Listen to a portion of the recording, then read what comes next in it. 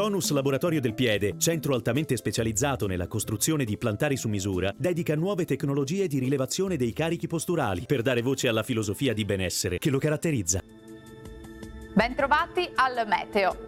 La perturbazione insiste sul nostro territorio e nella giornata di domenica sarà ancora più intensa. Vediamo dunque il dettaglio del 3 novembre.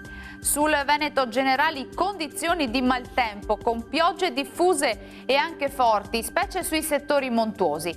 Migliorerà poi in nottata. Temperature in lieve aumento grazie ai venti di scirocco che soffieranno anche con una certa intensità. Valori minimi tra 8 e 11 gradi, massimi tra 12 e 17 gradi. Sarà instabile anche sul Friuli Venezia Giulia, non cambia infatti la situazione, avremo precipitazioni ovunque e sarà alto il rischio di locali nubifragi.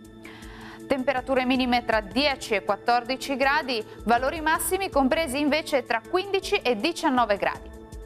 Non andrà meglio sul Trentino Alto Adige con rovesci e temporali come vediamo su tutti i settori della nostra regione. Temperature minime tra 9 e 11 gradi, massime comprese invece tra 12 e 13 gradi circa. Dal meteo per ora è tutto, buon proseguimento in compagnia di Antenna 3. Arrivederci.